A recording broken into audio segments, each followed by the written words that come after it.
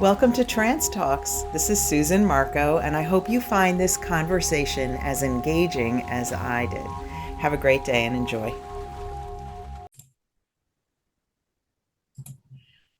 Good morning, good afternoon, good evening, wherever you are tuning in from. Welcome to Trance Talks. And today, this is very special.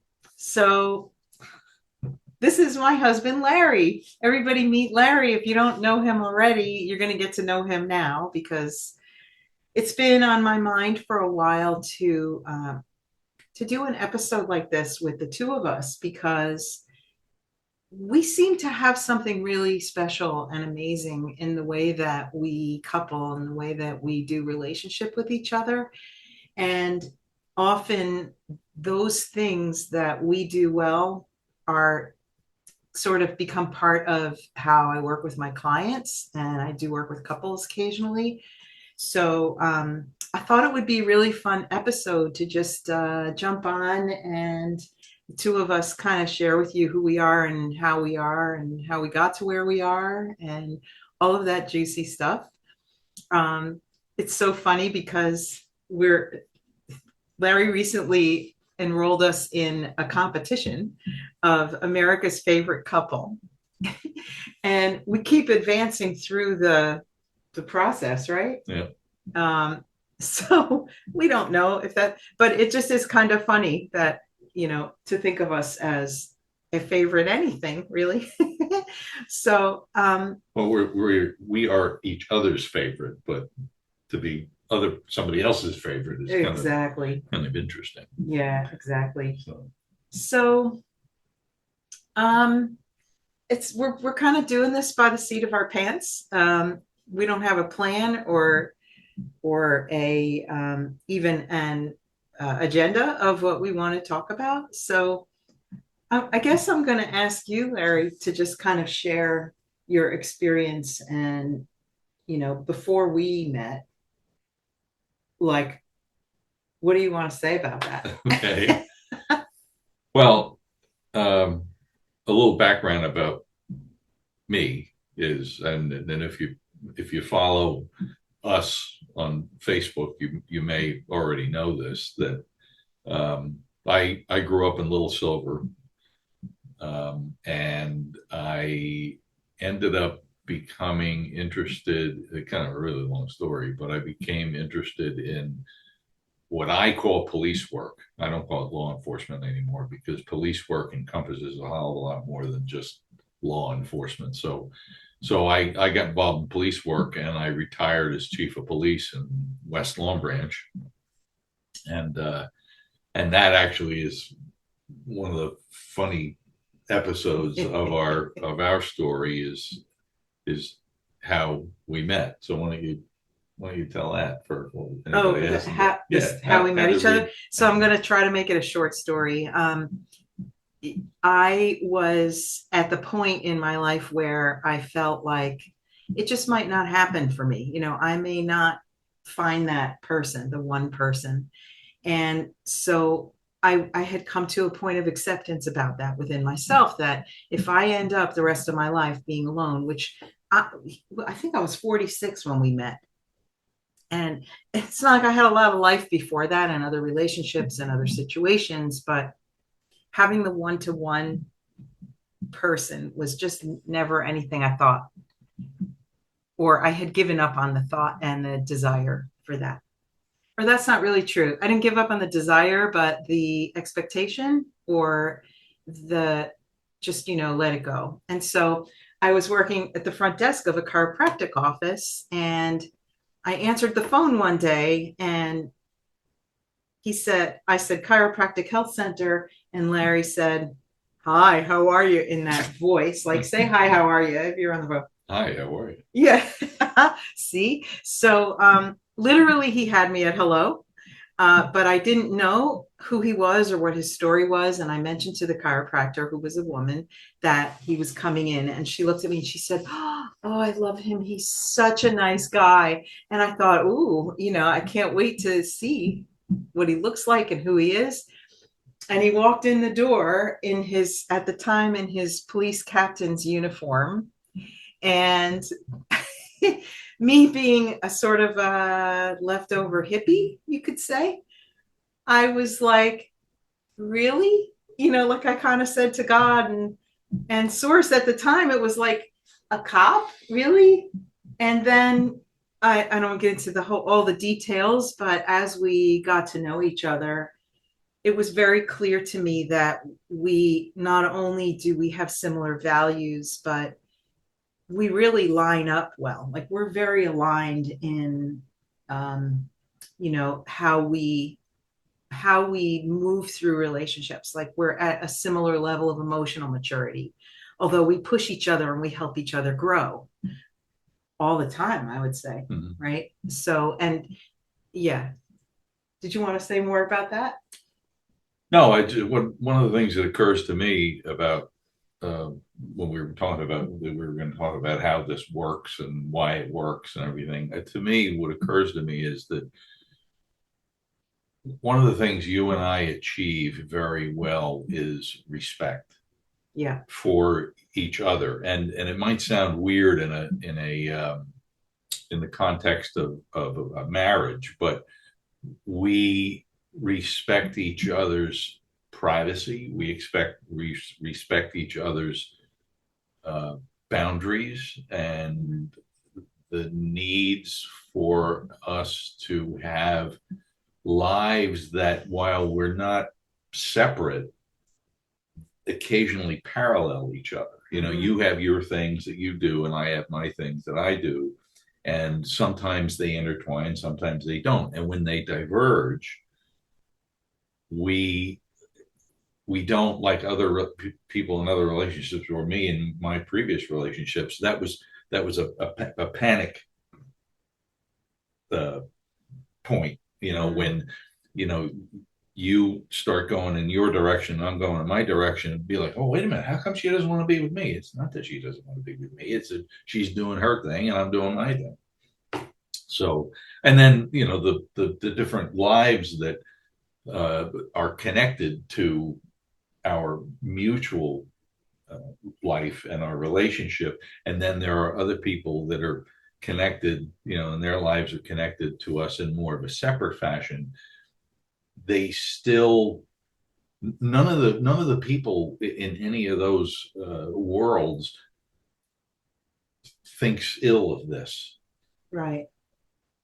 It's not like we talk about it all the time. Like, I'm a reenactor. I've been a TV and movie actor, and I've also been for many, many years. I mean, decades and decades. I've been a historical reenactor.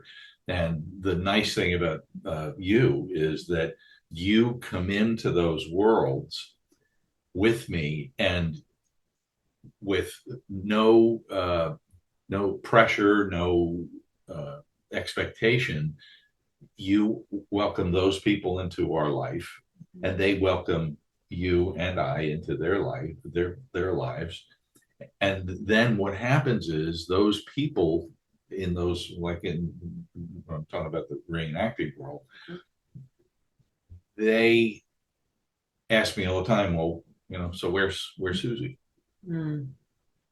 And there's not a negative connotation to that. It's kind of like they accept you. Mm-hmm. And in some of my roles, you've been kind of like the first lady of different It's true. Historical genres. But Yeah. and that people want to see you because of you, not because of me. Mm-hmm. Well, and likewise, I think the same thing has happened with, um, you know, like bringing you into my circles, if you will, because we grew up, we were a little different than each other. He's A lot different. he, I mean, there was a time in my life, quite honestly, and some of you know the stories and have been around long enough that, I might have been sitting in Larry's office for questioning about some other related topic. I mean, I never got arrested, but, I was a little bit of a wild child. So, that we come together at this time in our life it's to me, it's like, if you are someone who is struggling with the thought or the idea of, is it going to happen for me, or am I going to find that person, just hang in there. Because I'll tell you another funny story is when you said that thing about respect, Yeah. 100%. And when I was finding myself, I was single and alone and really hoping, that I would find that one person. I had a thing that I would do. I had a man list. And I had a list of qualities that I was looking for, wanting to manifest a person, wanting to like draw in the person that was right for me and good for me. And I had my list and I met a person who I forgot to ask for happy. Okay. So I amended my list. And then I met another person and I forgot to ask for willing to commit. And so I amended and I kept like amending my list and bringing in different people and meeting different people until one day I got up to here and I was like, this is freaking ridiculous. Um, and I just had a quick chat with God and I said, listen, this is dumb. Could we just have mutual respect for each other? That's at the bottom of it all, is that respect, and obviously communication is important as well. Um, and it was shortly after that I got very clear and I said, this is what I want, that we met. And I mean, even from the beginning, like, so just so you know, Larry came to have a massage with me first. That was after we met at the chiropractor and I told him I was a massage therapist. He said, oh boy, do I need you, right? Because his previous relationship had just ended and he was just feeling really tight. And so he came and had a massage. And the whole time that you were on the table, we were just talking and talking and talk, which I didn't. I mean, it's not like I didn't do that with my clients, but it was up to my client if that was going to happen, right? And we were just flowing and in this beautiful communication and conversation. And when I remember when you got up off the table to leave my house, I was living in my cottage house at the time, and it was kind of like you had to walk around. And we like inched our way. Like you didn't want to leave, and I didn't want you to leave, but boundaries being what they are and my professionalism, he left and he scheduled his next appointment for 2 weeks later. And this is another funny memory that I have is I called him to confirm that second appointment. And it was like 4 o'clock in the afternoon and you answered the phone. Do you remember what you said? I was I was wondering if you would recognize me because I was a captain at the time and I my police car was an unmarked car. I mean, as much as unmarked cars are not police cars. I mean, Yeah. it's pretty easy. But I was wondering, to know that it's a police car. But I was wondering if she would recognize me, that it was me in that car. And so, ladies, where do we go in our head? Where I went in my mind was, oh, he's thinking about me when he's at work. Like, that's a good thing. And you came and had your second massage. And then I had to tell him, like, just the integrity of my, and, just, I had to tell him that I liked him. And, and it kind of took off from there. So, that's when we realized, okay, we might actually have something here. And we were just reminiscing last night about our first date because if you saw recently on Facebook, I posted we were at a car show because we also have a 1938 Plymouth, which is Larry's toy and fun and joy of uh, of having. And we And were what's her at name? Miss Daisy, Miss of Daisy. course, Miss Daisy. She So came with that name. we were at a car show and my favorite car there, it was very, very hot and there weren't many cars, And it wasn't Daisy. but the car, well, Daisy is Yeah. always my first favorite, but next to Miss Daisy was an old Volkswagen bus. Yeah. And decorated with Grateful Dead stickers and peace painted signs with and all kinds of memorabilia and stuff. And it was very cute. The guy had a collection of miniature Volkswagen buses in the back of it. Was very cute. But we were reminiscing about our first date was when we went to see a movie called Little Miss Sunshine, which if you've seen it, you'll get the reference. If you haven't, you should, because it's just a hoot. But there's a scene in the movie where with the Volkswagen with the Yeah, they're riding bus. around a Volkswagen bus, and anybody that's ever had a Volkswagen will attest to the fact that at some point the horn is going to break. The horn will either not work at all, or it'll sound like a teenager going through puberty. So, I think you should make the sound. yeah. So, but so, Well, we were, I'm sorry, but no, we were watching the movie and I was, there's a crazy scene where the grandfather overdoses and Alan Arkin he's, plays the yeah, he's in the grandfather. hospital and they throw him out the window. And I mean, it was like bizarre. And I'm thinking to myself, I'm sitting next to him. This is like our first date. And I'm like, oh my God, what is he thinking about this? Is he, and then I had this thought, I was like, if he likes this movie, we'll be okay. And sure enough, Well, it was, and who else was in it? Greg Kinnear. Greg Kinnear. Yeah. I don't. Oh, and oh, what is her name? Um, oh, it's on the tip of my brain, and I love her. She's such a good actress. She's been in a lot of different things. But anyway, if you look up Little Miss Sunshine, you'll find it. And IMDb. Look at yeah, IMDb. yeah, you'll like it. You could also search Larry on IMDb and see all the things that he's been in, because you may have seen him on a show somewhere along the way and didn't even know it. Um, so I wanted to talk a little bit about our communication and the respect that we have for each other within that, because probably next to having that respect, that is the most important part of any relationship, whether it's a love romantic relationship or a personal friend relationship or even a work contact connection.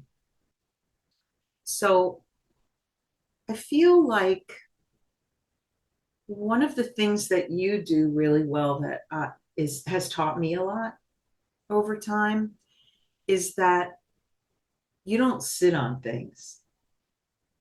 Like if you feel like something is amiss or that you're unhappy with something or there's just something bothering you or whatever it is, you don't sit on that. You address it right away.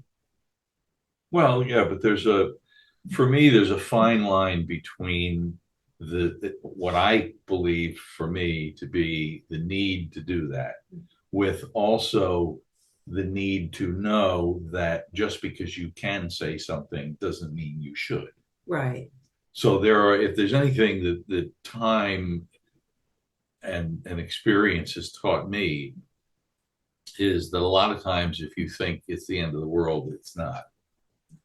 So, and I remember that a lot, and it's hard. I mean, when you're in the thick of it, at the bottom of the well, and you think things are terrible and they're never going to get better. Really, all you need is some crow's feet and gray hair to know that that's not the case.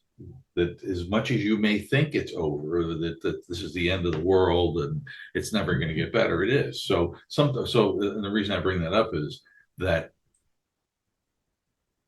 you don't really have to bring up all of your complaints about something, because sometimes if you just leave it alone, it'll get better. Hmm.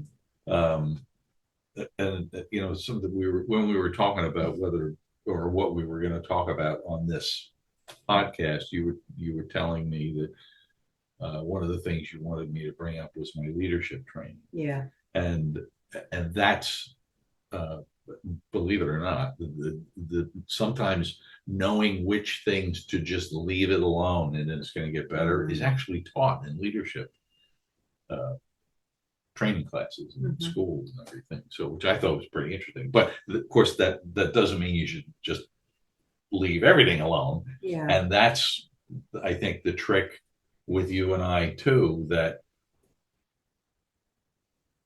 sometimes I feel the need, I have to bring this up. It's not going to be pleasant, or it may not be He pleasant. warns me, you might That's not right. like what I'm going to Yeah, say. you're probably not going to like this. Yeah. So I have a tendency to do that a lot, though. I I do an intro. Yeah. Yeah. Yeah. I may have told you this already. Yeah. You're probably not going to like this, long story short, Yeah. so I'll do that kind of thing with you. Yeah. So, and with other people, like Well, some of you. but you know what? I know that that's your communication style, and I accept that, right? So Right. I don't do that. Like I'm much more direct. I'm kind of like, this is what I think. And sometimes it would be good if I just took a pause. But speaking of pause, another thing that comes to mind as you're talking about that is that there are times when I'll get triggered or I'll be upset about something, or you'll say something that I don't like, or whatever, and I will step back, and rather than discussing it immediately, I have a thing that I teach to my clients or share with you here. It's the pause. And it's where you actually pause, you stop and just stop. And then I'll take some time to myself and assess what is going on. Because a lot of times, if you trigger me or you say something, it's not really about you, it's bringing up something else that happened a long time ago, that if I react in the moment to what you're saying or doing, it's not going to come out pretty at all. And it's going to probably require some cleanup and some, you know, more than is necessary. Whereas if I can just step back and recognize, I have a feeling coming up right now. For instance, I'm feeling disregarded, which is a big one for me. I'll stop and I'll step back and take that pause and look at it and assess and figure out, what is the problem here actually? What am I feeling and what is it bringing up for me? And then once I get to that point of understanding what it is, then I will kind of like put it into a framework that I can then come back to you and share what came up for me. For instance, like just as an example, when you said what you said earlier, it brought me back to how my father used to talk to me. Or, I felt disregarded by that, even though I know that that's not what you were intending. That's how I felt. And in that sharing, we can come to some understanding between us, and then we evolve, right? And we kind of up level our communication and our relationship together. And I think that that was really hard for you initially because, Well, because a guy, and I've said this to you, yeah, guys have a tendency to, if something is brought up that a guy perceives needs to be fixed, yes, it needs to be fixed right now. yes, And how can I fix it if you don't tell me what it is? yes, And we all, guys, we struggle with that, because if you have this need to, I need to fix it, I need to fix it, but I can't fix it if she doesn't tell me what's wrong. And part of the solution to that, I think, is just the patience to know that she's going to tell you. yeah. She's not going to tell you when you want her to, but she'll tell you, and then you can address it. So it's just Yeah. not going to happen uh, at at the schedule.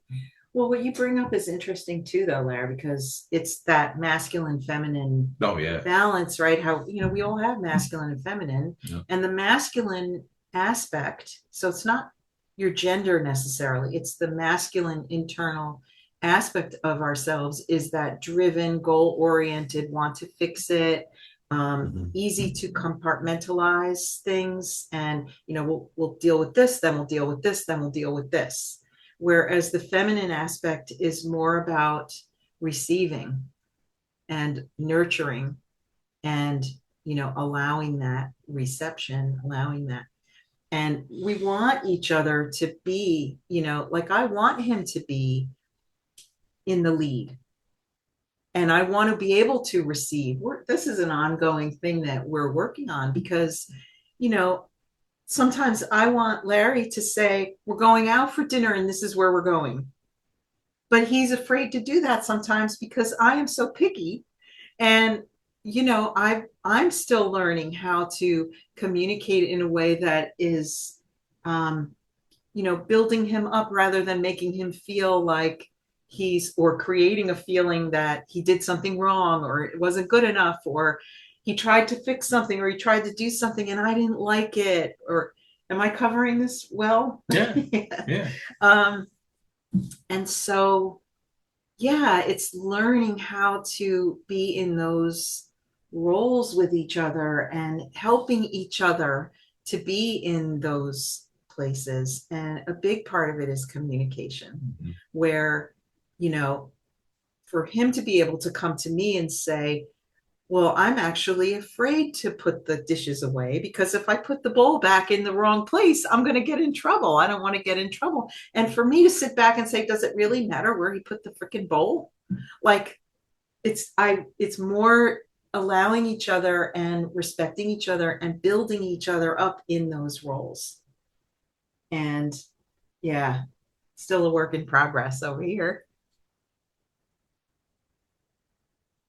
Yeah. Yeah. Just if you don't know where to put the bowl, put it on the counter. And she'll say, why did you leave it on the counter? No, Well, it is just funny. kidding. No, but it is kind of funny because I think it's part of our understanding or agreement with Oh, each yeah. other that, the kitchen is my domain and your shed is your domain. That's right. Right? Like I would never think to go in his shed and rearrange the She wouldn't tools. go in there anyway. It's kind of, I'll step in there to say hello, but it'd be my place to hang out. Um, but yeah, those are big topics, being able to pause and allow each other time and space to work through what comes up and what we need to then share with each other. And also, being willing to be vulnerable on that level, even though sometimes it can be scary and out of our comfort zone and it's hard sometimes. Um, yeah. What occurs to me too is that the other part of the recipe that is as important as any and all of them, but it's probably the most complex is trust. Mm. Because, like, Susie and I met later in life and we got married later in life. But I was married three That's right. I'm number four. So I was a serial husband. Yeah. But those Susie kids around all the time that their task was to prepare me for her, and it's not a joke. Those experiences, like any experiences in life, taught me good things and bad things. They told me what to watch out for. They taught me what to strive for, what was important, what isn't important. But among all of those, and probably the for me, I think it's probably the most complex and most difficult is trust. And this is not, believe it or not, this is not an indictment of my previous wives when I say this, that you would think that trust at this point, after three wives before Susie, that trust would be a very, very difficult thing for me. And it's not. And part of the reason for that is how you do what you do. Thank you. Well, it's true. It's what you do, how you do, when you do it, that I think early on there was either a mutual understanding or whatever that we just weren't going to lie to each other, that it just wasn't necessary. So, and it makes life such a different thing to, if you say something, you just told me the truth. I may not like it, but you just told me the truth. So there's no deception. There's not any of that. And the only reason that can work is that we do that mutually.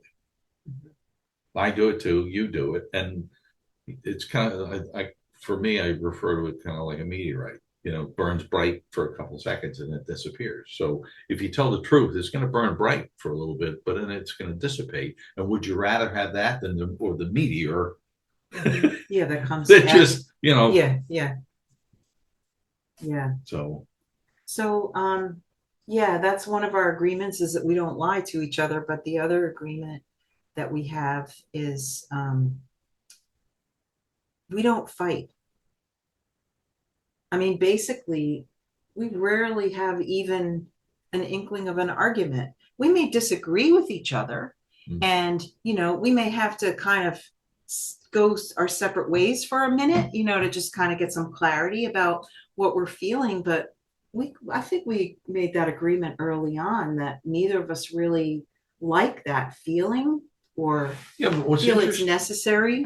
what's interesting is though I don't think it was ever actually a spoken agreement. It was just a thing that evolved. I don't think we said Well, I think we're not going to at fight. some point we recognize though that we both come from that place of not wanting Right, to resolve things. right. We don't want to be in conflict if we No, can help it. I had enough of that work.